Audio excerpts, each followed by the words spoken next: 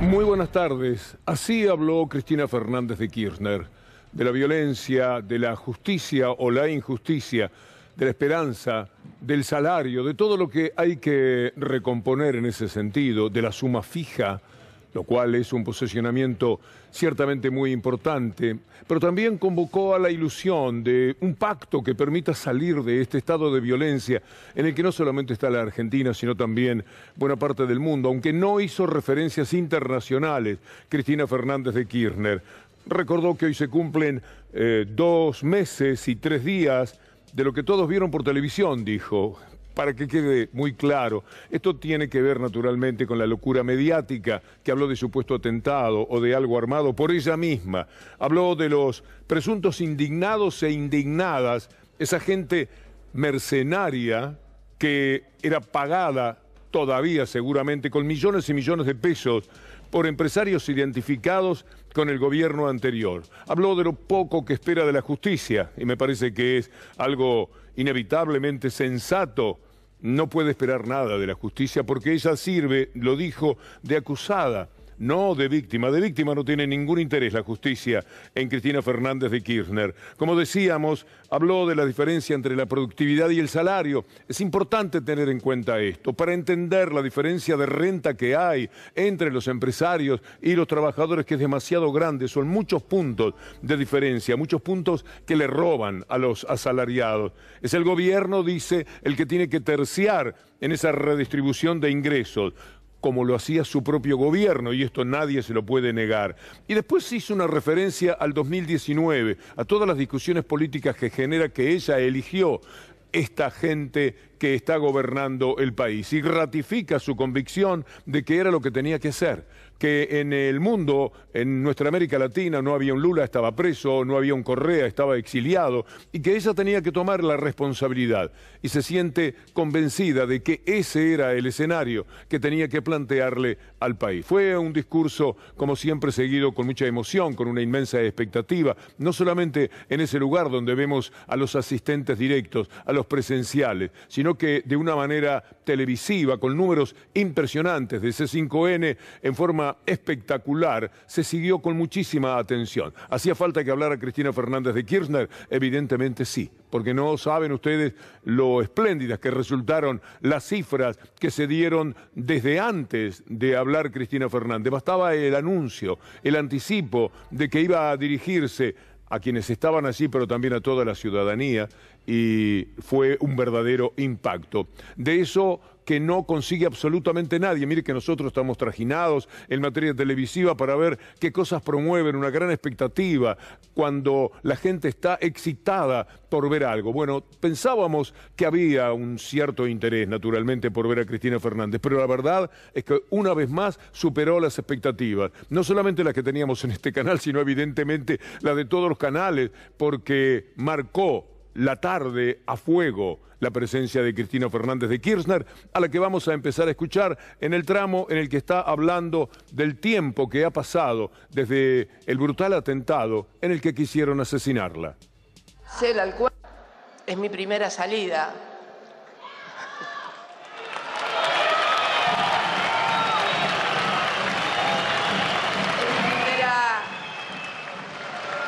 Hoy se cumplen exactamente 2 meses y 3 días de eso que todos y todas vieron por la televisión. Saben que yo también lo vi por la televisión, ¿no? Yo no me di cuenta del arma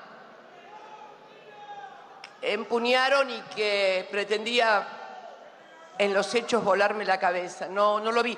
Dicen los psiquiatras y los psicólogos que es mucho mejor, porque dicen que el trauma que le queda a la gente que ha vivido episodios donde le martillan la cabeza es algo que no puede olvidarse y que lo acompaña durante el resto de su vida. Yo por suerte no lo vi. Bueno, hay que también considerar que en estos 2 meses se han dado muchísimas discusiones. Vale la pena recordar esto que menciona el atentado en sí mismo, con una fotografía que estremece, sobrecoge, tan solo de verla. Y eso que hemos consultado esta foto en decenas de ocasiones, cada uno de nosotros, ustedes también como telespectadores. Y a esto le llamó el periodismo también mercenario de la República Argentina, que era un supuesto atentado. Algo además fabricado, armado por ella. Miren ustedes esa desvergüenza mediática, esa forma mafiosa de considerar aquel episodio. Ella sabía o lo ayudó a organizar el supuesto ataque. No puede creerse que en la Argentina suceda esto. Eso es absoluta violencia. Esta es la expresión más violenta, peor, si me permiten, que esos desarrapados morales, mercenarios, que andan dispuestos a hacer cualquier cosa por dineros, haciéndose los indignados, haciéndose los de la alta política, haciéndose los que están desconformes con la Argentina y con el mundo. Y no son otra cosa que gente pagada para tomar un megáfono, para poner una guillotina, para poner esos cuerpos colgando de la Casa Rosada, de las rejas de la Casa Rosada. Todos ellos son un oprobio y una vergüenza. Pero pongamos otra vez eso del supuesto atentado, porque hacía un tiempo que no lo veíamos. Y tiene relación con lo que ella estaba señalando y con lo que dirá sobre lo poco que se puede creer. Ella dice en la justicia y uno agrega en los medios de comunicación, el supuesto ataque. Bueno, vale la pena, ya que estamos con esto, recordar la guillotina que seguramente tiene la madera pagada por esos empresarios de derecha. Estamos hablando de los Caputo. En este caso debe haber mucho más. Es imposible no imaginar que otros hayan participado de la vaquita para la compra de maderas, de las cuchillas que necesitaban, o para hacer estas bolsas mortuorias que son un verdadero desastre, una caída moral para el país tremenda, y todavía con banderas argentinas. Ahí están, todos bien pagos para hacerse los superpatriotas, porque no se olviden que los diarios le confieren a ellos la calidad de verdaderos argentinos. Los otros, los que están de acuerdo con la distribución, los que están de acuerdo con la presencia del Estado, todos esos dejan de ser argentinos. Son argentinos los que quieren la ley del libre mercado, por ejemplo. Vamos a recordar lo que dijo sobre los indignados presuntos. Bueno, la primera conclusión buena que saqué de todo eso que pasó fue que esos presuntos indignados e indignadas que agredían, que insultaban, que esperaban, que tiraban teas encendidas a la Casa Rosada, etcétera, bueno, no eran indignados, era gente pagada por empresarios que se identificaron con el anterior gobierno, con el macrismo, alguno de ellos funcionario que endeudó a la República Argentina.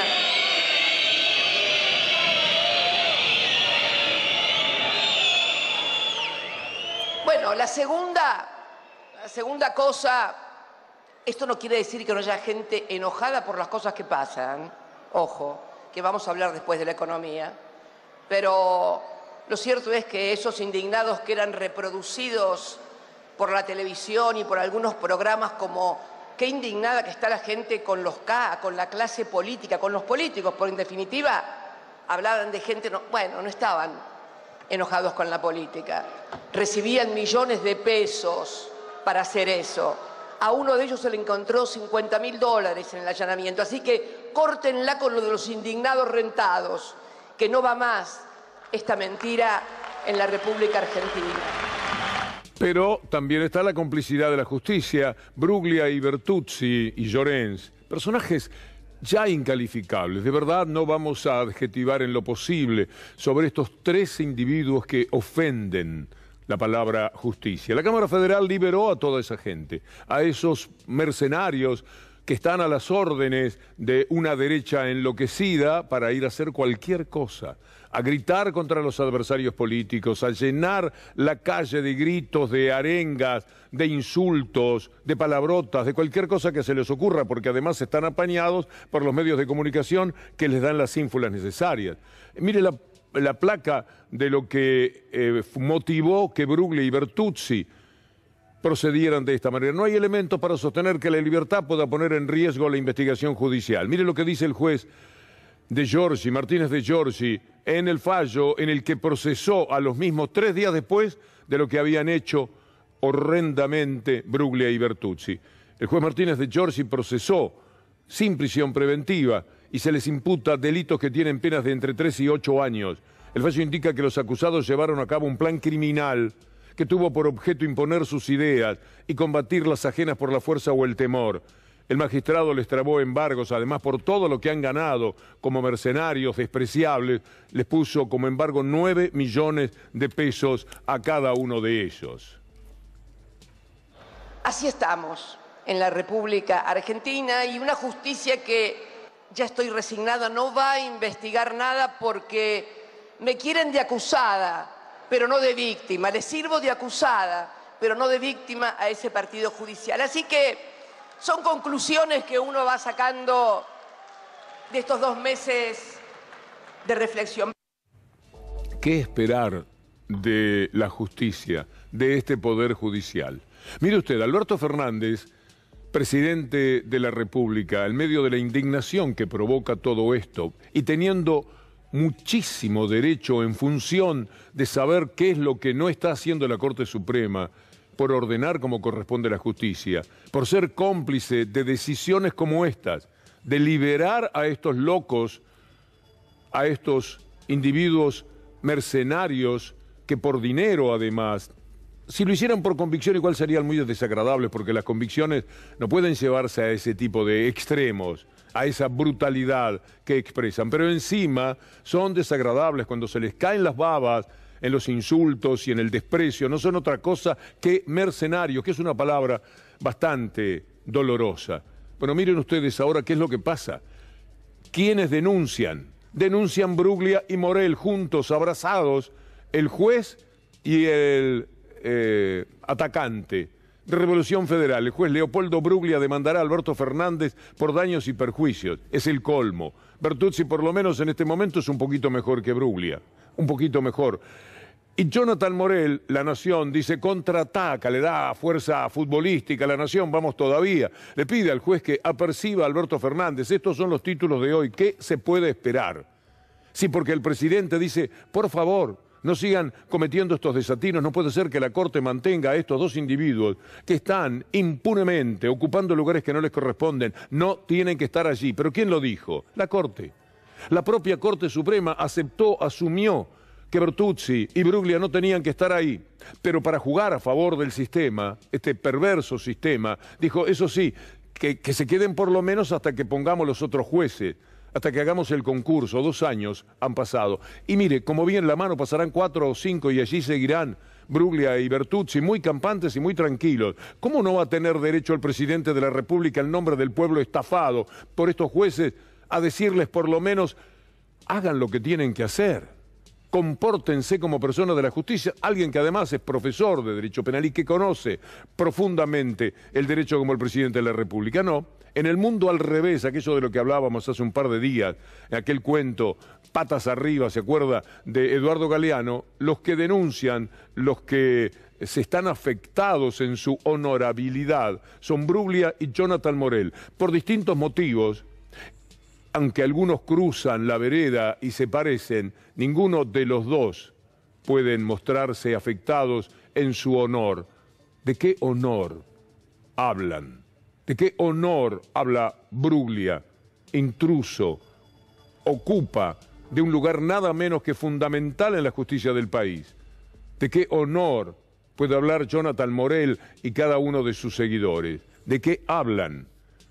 De todas maneras, Cristina Kirchner propone, hagamos un pacto democrático, debe estar viendo claramente lo que sucede en el mundo. La elección de la próxima semana en los Estados Unidos motivó que Biden salga a pedir esto, justamente una especie de pacto democrático, aunque no usó esas palabras. Por favor, ¿vamos a respetar o no el resultado de las elecciones? Porque muchos están diciendo, y después más adelante lo vamos a ver, que habrá una guerra civil si ganan los demócratas en los Estados Unidos. ¿A dónde hemos llegado? Esa guerra civil que todos los días se perfila como acomodándose para producirse, que tenemos en Brasil, porque ganó la democracia, ganó Lula a través de lo que queda de la democracia en América Latina. Y lo mismo, otro tanto, ocurre en Bolivia. ¿Cómo no implorar a todas las fuerzas, a tanto demente que da vueltas en la política de la ultraderecha de la República Argentina? Por favor, así no vamos a poder vivir. Y miren que ustedes siempre creen que los Jonathan Morel nos atacan a nosotros,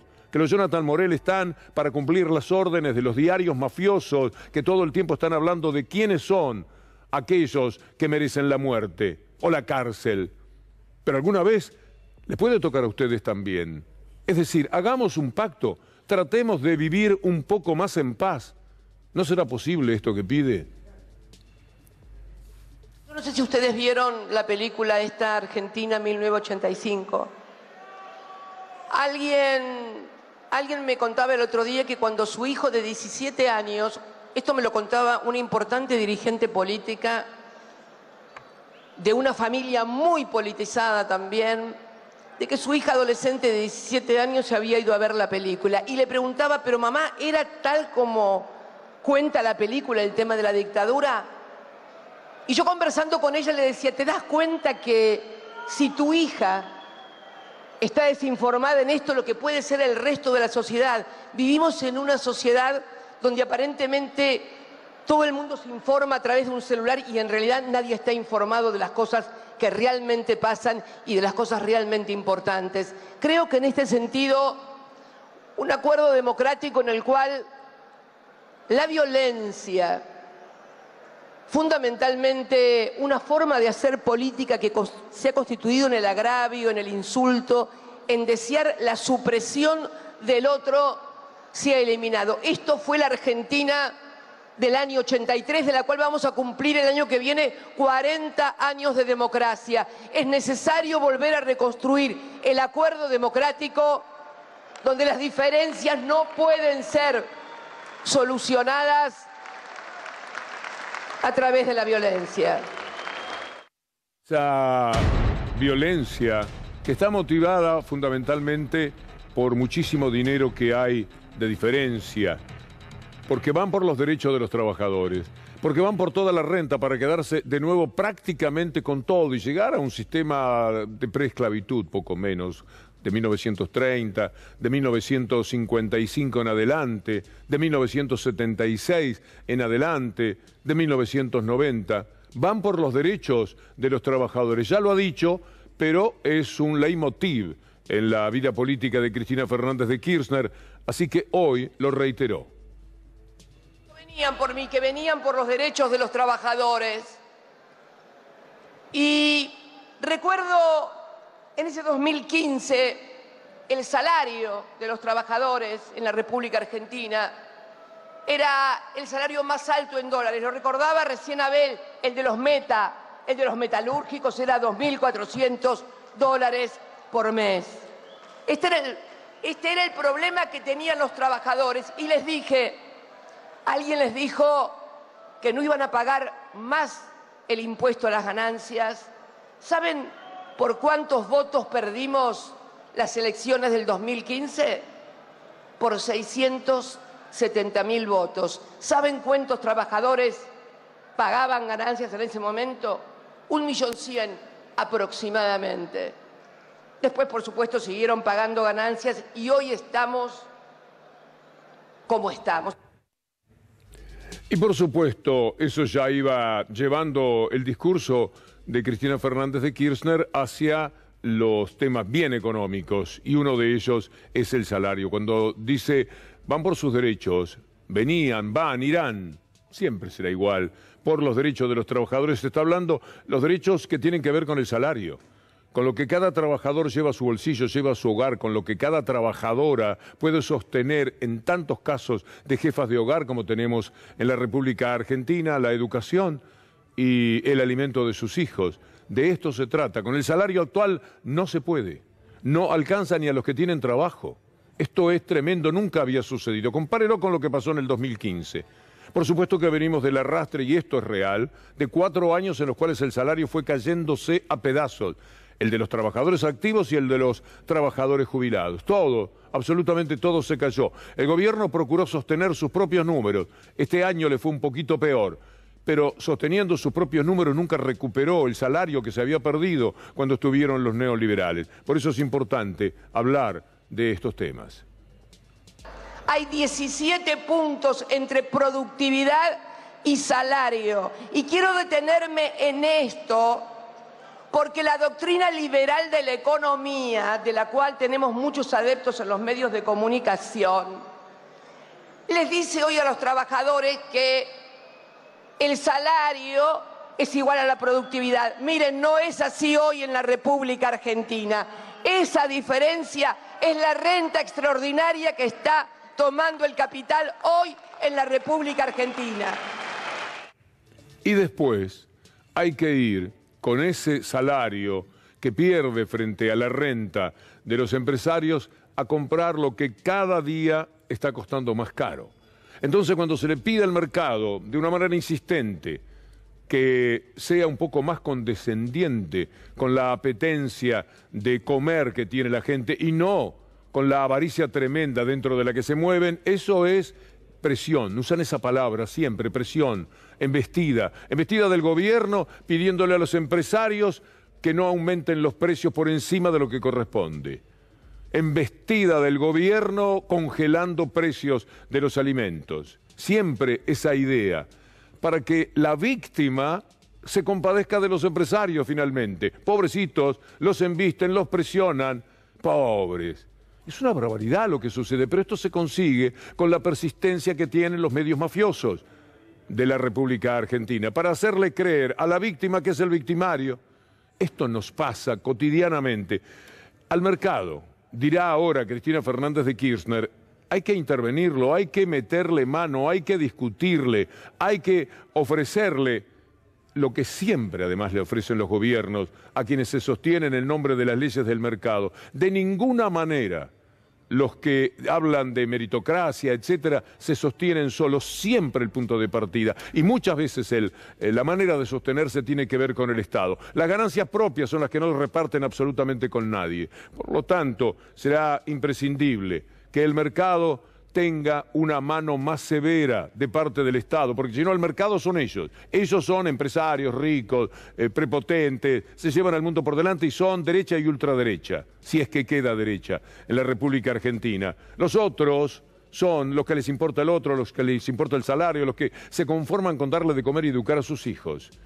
Y quieren poder eso por lo menos. Entonces, el salario quedó muy bajo por culpa de la atrocidad del neoliberalismo. El salario que era el más alto de América Latina por lejos, en dólares, quedó como el 9º o el 10º salario en estos momentos en América Latina. Y la clase media, que se había duplicado en aquellos tiempos, ha decrecido y hay menos clase media. El neoliberalismo afectó enormemente ese orden social y este gobierno todavía no pudo recuperarlo, entre otras cosas, porque ha sido remiso en actuar con toda la energía que corresponda frente a los mercaderes, a esos mercaderes que se quedan absolutamente con todo. Y esa energía es la que esperamos que se aplique y queda todavía 1 año y pico para hacerla jugar.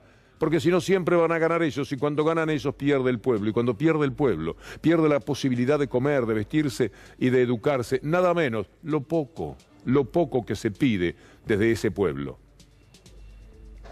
Si los mercados fueran transparentes, si los mercados estuvieran muy atomizados y por lo tanto no hubiera grupos concentrados, si además todos contaran con la información, entonces podría ser, pero estamos ante mercados absolutamente concentrados, con cadenas de valor que hacen volar su poder en la distribución del ingreso. Y en esto es el gobierno el que tiene que terciar en la redistribución del ingreso, como lo hacíamos durante nuestros gobiernos.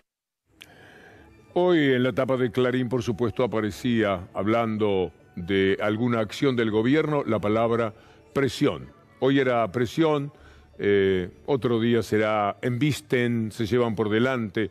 El gobierno sale a presionar a las empresas. Las empresas, muchísimas son de ellos, de estos ladrones del diario Clarín, Telecom. La gente no sabe que Telecom es de ellos, Nextel, Cablevisión. Toda la factura, la mayoría de las que tiene muchísima gente en su casa tienen que ver con estos ladrones. Dejemos un instante más para golpear con la palabra presiona, para frenar la escalada inflacionaria. Presionan a las empresas para frenar la escalada inflacionaria. Bueno, hablemos de los precios.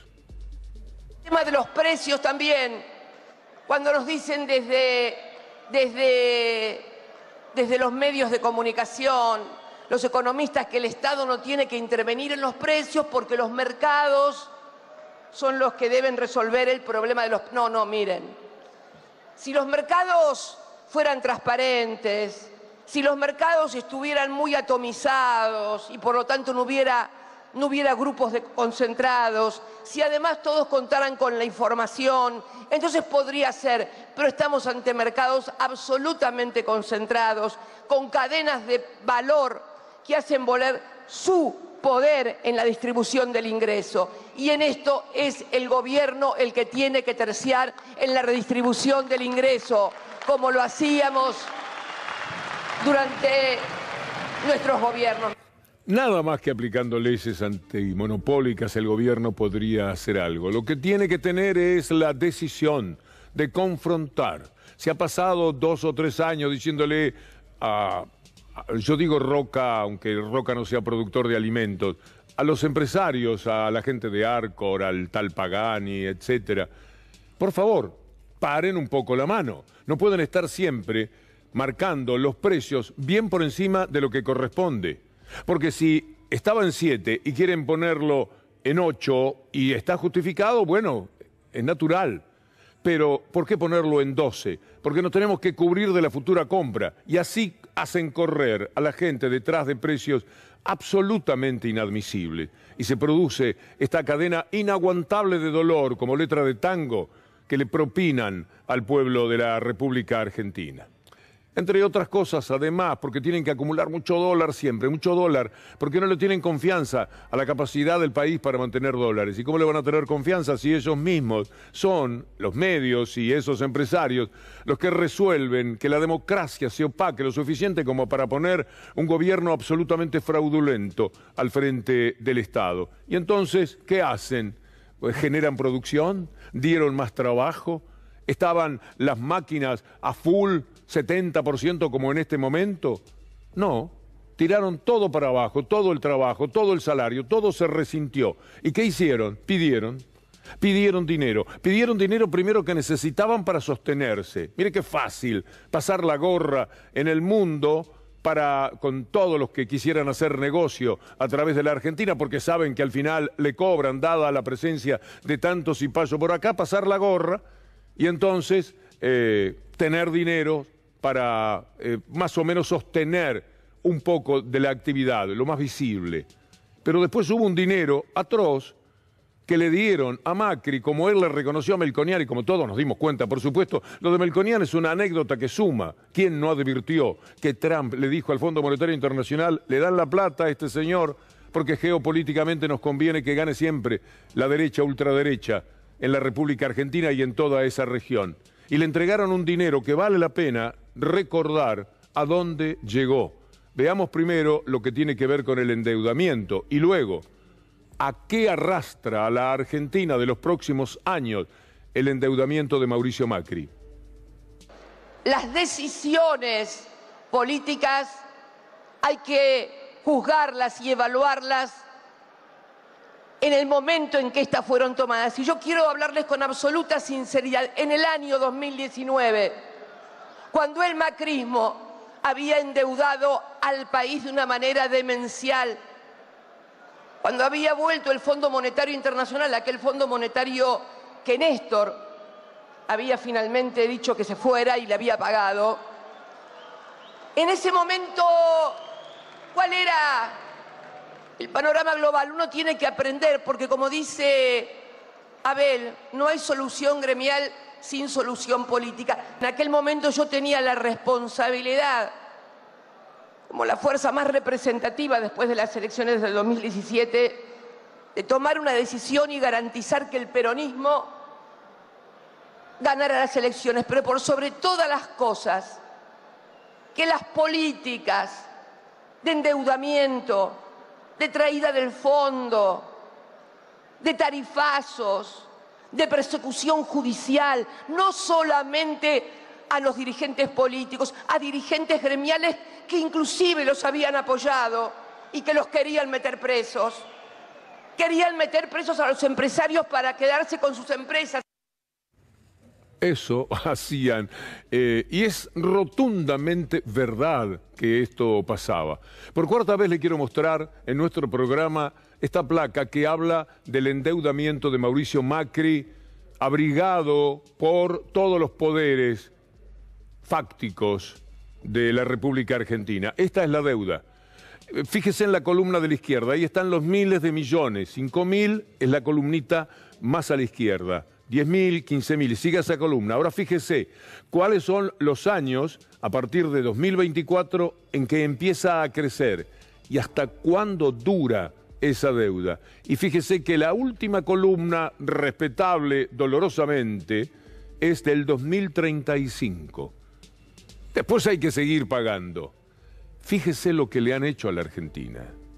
¿Cómo puede ser que hablen? ¿Cómo puede ser que titulen, que los presionan, que los molestan, que los perturban a los empresarios, todos estos cómplices de esa barbaridad que le hicieron a cada ciudadano medio y a cada ciudadano vulnerable de la República Argentina? Esta placa no se ve en ningún lado, por eso insisto con ella. No la van a mostrar, imagínense, los otros canales. ¿Cómo van a mostrar sus propios pecados, sus miserias?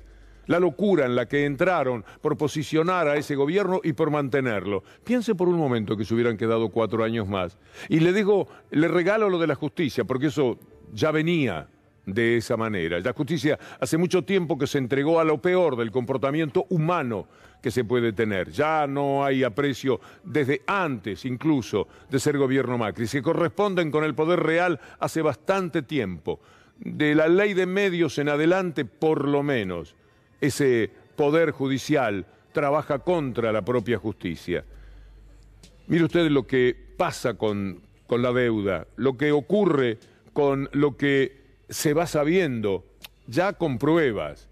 Melconian es un hombre que conoce esto, es un gran vividor de esos empresarios, de todas esas personas, les hace carpetas, le dice cuánto va a ganar. Después, para asegurarse, va a los medios y dice qué es lo que va a pasar, que en realidad es lo que él necesita que pase para que sus empresarios ganen el dinero que le prometió en la carpetita. Meta carpeta por allá, meta carpeta por acá, bonos para arriba, casa los bonos, le hace juicio a la Argentina si no le pagan, tipo fondo buitre, si le pagan se queda un poco más tranquilo. Un gran habilidoso, para así llamarlo, un gran meritocrático de la vida de los argentinos.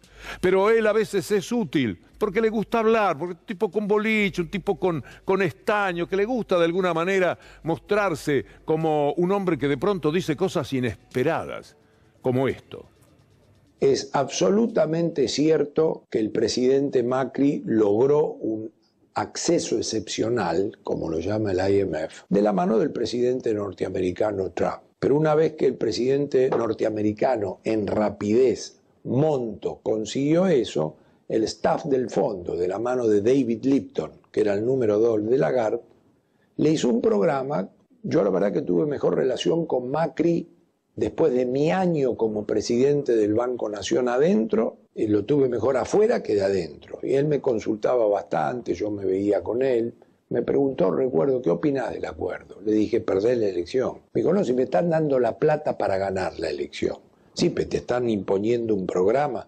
Me dijo, tenés que ser ministro. Digo, ¿de este programa? No. ¿Por qué? Porque un ministro y un presidente del Banco Central acá, con Lipton al lado, toma mate. ¿Qué voy a hacer con un ministro? Si el programa lo van a hacer ellos.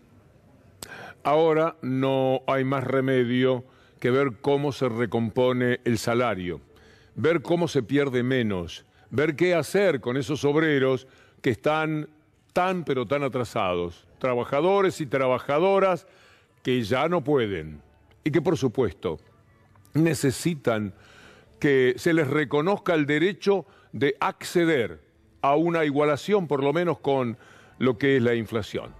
La discusión es aumento, algunos querrán sus paritarias para... Eso es parte del poder. Este gobierno, este tipo de gobiernos trajo las paritarias, enhorabuena, porque han sido extraordinariamente útiles, pero de vez en cuando también la discusión integra la idea de una suma fija.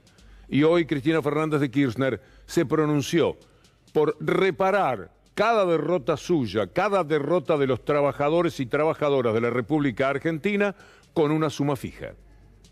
Y miren, esto que decimos, la recuperación del salario, tiene que ver directamente con que vuelva a pagarse el salario de acuerdo a la productividad también.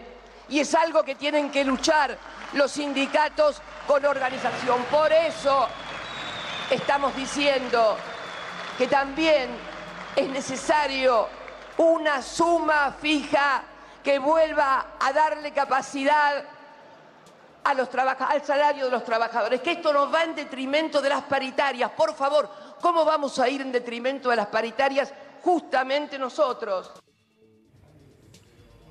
Justamente nosotros tenemos que hacer una pequeña pausa y enseguida seguimos en esta hora en nuestro programa.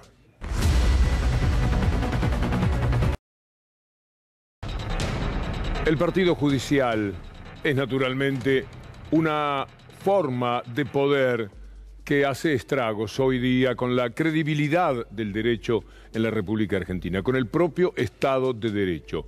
Cristina Kirchner dijo que de la justicia no espera nada y usted mientras la escucha pregúntese, ¿y qué podés esperar? Así estamos en la República Argentina y una justicia que, ya estoy resignada, no va a investigar nada porque me quieren de acusada, pero no de víctima. Le sirvo de acusada, pero no de víctima a ese partido judicial. Así que son conclusiones que uno va sacando de estos 2 meses de reflexión. Es increíble. ¿Cómo puede esperar algo de la justicia? Una vicepresidenta de la República, 2 veces presidenta, la mujer, hombre más importante, es decir, la personalidad política más importante por una distancia que apabulla de la República Argentina. Hoy todos se fueron, lo va a ver mañana como repercusión, todos los que estaban allí, los políticos, los sindicalistas, se fueron con Cristina 2023. A esa persona la quieren matar, ante la mirada estupefacta, anonadada, de toda la población que estaba mirando por televisión y los que lo vieron después. No pasa nada. Estaban los 4 grandes fomentadores de ese odio que termina con sus amigos queriendo matar a Cristina y son liberados por un juez. Unos jueces que son un oprobio. ¿Qué esperar? Realmente, ¿cómo se puede esperar algo de Bruglia, de Bertuzzi, de Llorens, de Rosati, de Rosenkrantz, de Lorenz? ¿Qué va a esperar uno? Absolutamente nada. Lo que dice Moró es real. Todo está armado para perseguir a una persona, especialmente en la Argentina. Y hay un poder judicial que no solamente actúa como guardaespaldas de Macri, sino que actúa como guardaespaldas incluso de estos potenciales asesinos. Ese es también un hecho absolutamente inédito en la historia institucional de la Argentina. Yo creo que Cristina no tiene ninguna garantía en este país. Yo creo que ella tiene que ir a tribunales internacionales. ¿Por qué? Porque es evidente que este sector del Poder Judicial no solamente ha decidido, como ocurrió, perseguirla fabricando causas, inventando delitos inexistentes, asociaciones ilícitas que solamente están en la imaginación de fiscales como Luciani y su compinche, sino que incluso ha decidido denegarle justicia. Fiscales que tienen un juez, un jefe, que se llama Casal. Casal se llama Eduardo, pero sobre todo se llama traición a la justicia. Un personaje que es una impertinencia que viene de muchísimo tiempo. La causa dólar futuro piden seguir investigando a Cristina Kirchner. ¿A usted le parece? Lo que era una decisión de gobierno inobjetable.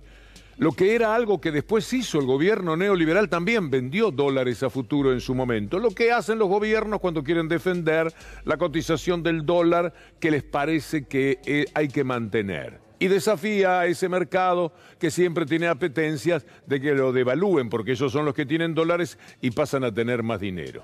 Pero se sabe que además de ser un procedimiento de la propia política, legal, lógico, un desafío para defender más el gobierno, lo que se sabe es que quienes compraron dólar futuro, quienes hicieron un negocio, que es una vergüenza por supuesto, fueron de Manieto para abajo, La Nación para abajo y los propios gobernantes. Macri compró más o menos lo mismo que el diario La Nación, 4 millones. Ahora los cruzaron, los juntaron y están ahí en La Nación más.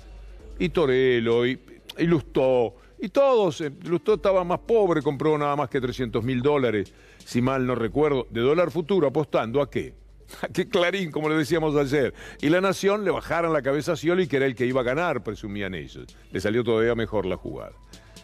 Ellos son. Y Casal ordenó que se anule el sobreseimiento a esta mujer, que si de algo podría ser acusada era de un error político, en nombre de todos los aciertos que había tenido, y que además no se sabe si fue un error político, porque si hubiera ganado Scioli, no es seguro que le iban a torcer el brazo como pensaba Almañeto y toda la tropa de mafiosos económicos de la República Argentina. Por lo tanto, lo que responde el ministro Martín Soria me parece legítimo, por más que se enojen. Parte de, me parece, ¿no?, del mismo mensaje que venimos viendo en los últimos días. Me parece que hay sectores de la justicia, esa misma justicia que se prestó a la persecución política, mediática y judicial, que le están diciendo a sus jefes: dejen de pelearse, nosotros seguimos acá con ustedes, ¿no? Porque si no, no se entiende cómo un procurador interino, que lleva más de 5 años atornillado al cargo, digo interino porque es el que Macri designó, o mejor dicho, dejó en su lugar después de perseguir con causas armadas. Ustedes recordarán, hasta pusieron los teléfonos celulares de las hijas de Gil Carbó. ¿Qué esperar de la justicia manejada por estos medios tan corruptos? Mire Clarín, por ejemplo, la tapa sobre Cuadernos, una de las decenas de tapas que a partir de 2018 procesan y embargan a Cristina como jefa de una asociación ilícita. ¿Sabe usted que ya hasta Ercolini, que es uno de los serviles más considerados por el Grupo Clarín, tuvo que reconocer que no había un solo elemento? Es que no hay nada, no tengo una línea. Se ve que le decían desde Clarín: por favor, no podés dejarnos pegados de esta manera. Y Ercolini decía: es que no tengo nada. No lo puedo sostener, ya es un disparate. Me piden demasiado, me piden mucho, aunque él muchas veces hace bastante más de lo que le piden. Mire lo de los cuadernos, a propósito de qué se puede esperar de la justicia. Hoy esto lo escribió Tuni Coleman, que es periodista del año, diría yo. Los cuadernos de Centeno que usaron Bonadía y Stornelli se escribieron de un tirón para el perito oficial, el de la policía federal, fueron dictados, es decir, pon esto acá, poné que le dio tanta plata, los de las coimas, esos fueron los especialmente dictados, una secuencia continua, sin alternativas temporales. El tipo se puso a escribir toda una noche, dale, y pone esto: el jefe de la división escopometría, Alejandro Centofanti o Centofanti, para dirlo en italiano. ¿Cómo puede sostenerse que la justicia pueda ser mínimamente creíble? Y tenemos, por supuesto, a Centeno pidiendo: por favor, quiero ver los cuadernos, quiero ver qué fue lo que puse, qué fue lo que me dictaron, si es que realmente era su propia letra. En eso estamos. Eso sí que es violencia. Pero hablando de violencia, permítanos hacer referencia a la violencia política que se sobrelleva en la Argentina, por lo cual está bien lo que dice en su discurso de hace un rato Cristina Fernández de Kirchner. Hay que intentar un pacto democrático, un acuerdo, salir de algo que nos está haciendo tanto daño. Ahora ustedes creen que a nosotros, dirá Cristina Fernández de Kirchner, pero en algún momento le puede pasar también a ustedes. Por eso no valdría la pena un pacto de no violencia. Ustedes vieron la película esta Argentina 1985. Alguien me contaba el otro día que cuando su hijo de 17 años, esto me lo contaba una importante dirigente política de una familia muy politizada también, de que su hija adolescente de 17 años se había ido a ver la película y le preguntaba: pero mamá, ¿era tal como cuenta la película el tema de la dictadura? Y yo, conversando con ella, le decía: ¿te das cuenta que si tu hija está desinformada en esto, lo que puede ser el resto de la sociedad? Vivimos en una sociedad donde aparentemente todo el mundo se informa a través de un celular y en realidad nadie está informado de las cosas que realmente pasan y de las cosas realmente importantes. Creo que en este sentido, un acuerdo democrático en el cual la violencia, fundamentalmente una forma de hacer política que se ha constituido en el agravio, en el insulto, en desear la supresión del otro, se ha eliminado. Esto fue la Argentina del año 83, de la cual vamos a cumplir el año que viene 40 años de democracia. Es necesario volver a reconstruir el acuerdo democrático donde las diferencias no pueden ser solucionadas a través de la violencia.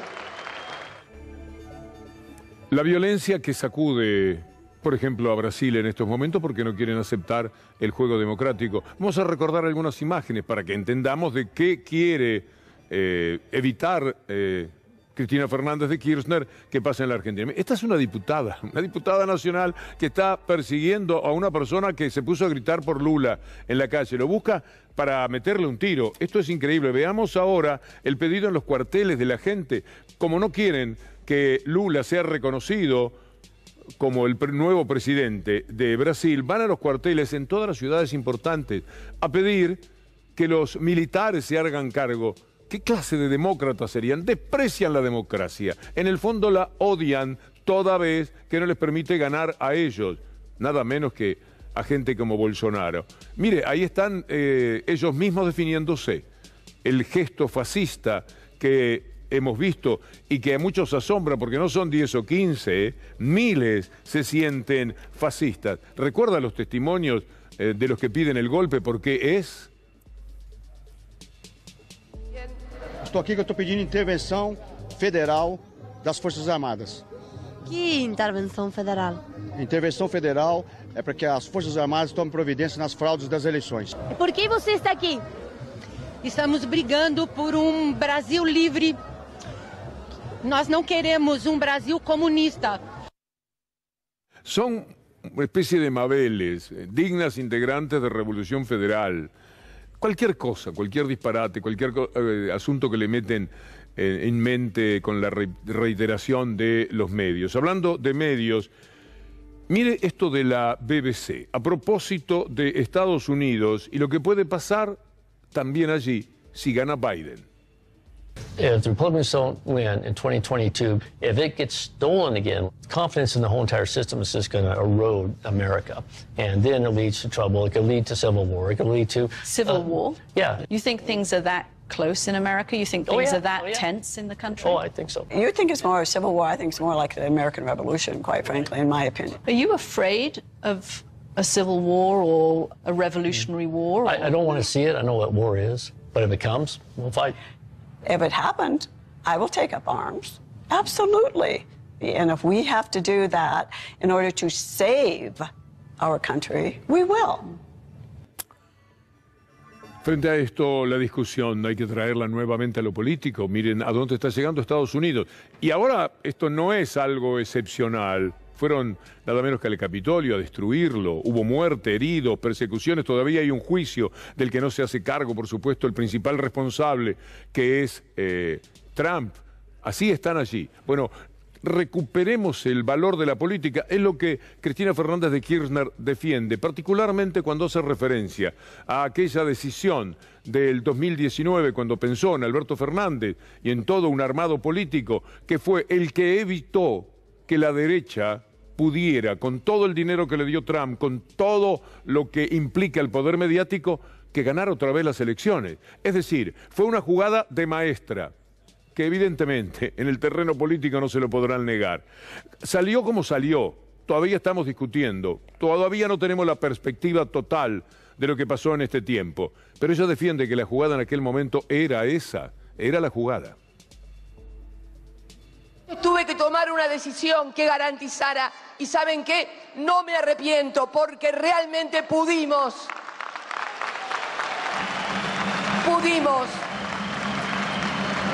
lograr el objetivo que no era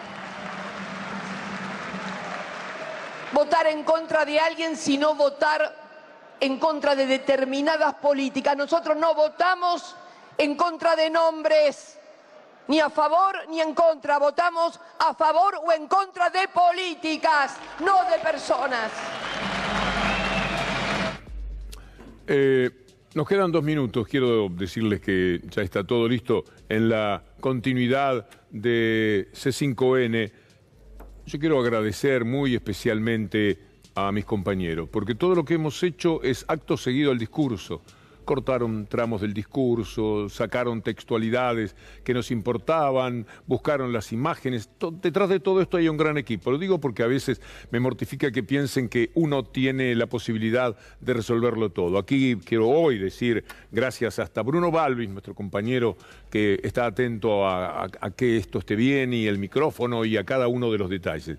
A Sergio González detrás de la cámara, muchas gracias. Sergio, a Javier Cantero, nuestro director, a Fran Morales, a Ignacio Espíndola en sonido y en el graf respectivamente. Y por supuesto a Ana Genia Sánchez, a Juan Pi Montes Onganía, como digo siempre, de la dinastía de Charlie Montes Onganía, y a Julián Capazo. A todos muchísimas gracias por hacer posible. Quisiéramos una hora del recorrido de este programa y créanme, me ha quedado una hoja y media. Que más o menos son como 15 o 20 minutos más que podríamos hacer con el material fresquito de lo que ha sucedido hoy a propósito de este discurso de Cristina Fernández de Kirchner, en el que los componentes fueron muy interesantes. Al cabo de 2 meses del atentado, decir qué poco puedo esperar de la justicia, y es verdad. Al cabo de la situación económica que se está viviendo en el país, hablar de la recuperación del salario, hablar de lo que tiene que ser una suma fija para poder recuperarse, y del pacto democrático que es necesario hacer en la República Argentina para volver de la mejor manera a lo que es estrictamente la política y no seguir inmersos en tanta violencia. Amigos, será hasta el próximo lunes, si Dios quiere.